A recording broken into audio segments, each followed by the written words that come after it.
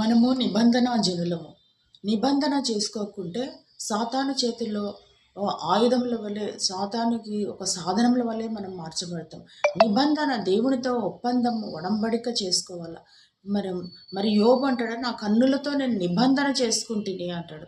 అందుకే ఆయన యెహోవా యందు భయభక్తులు కలిగి చెడుతనం విసర్జించిన వాడు యథార్థవంతుడు, న్యాయవంతుడని దేవుడే ఆయన గురించి సాక్ష్యం చెప్పినాడు కదా.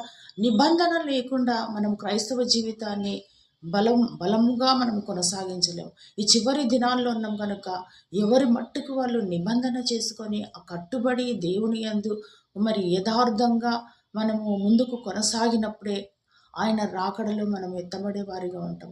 అంత ఈజీగా మనము బాప్తిసం పొంది నార్మల్గా జీవిస్తే ఆయనతో ఎత్తబడతాము అని మనం అనుకోవడము అది వెర్రితనం. కనుక మనం నిబంధన చేసుకొని మరి నిబంధన జనులముగా అన్నిటినీ దేవునికి ఆయాసకర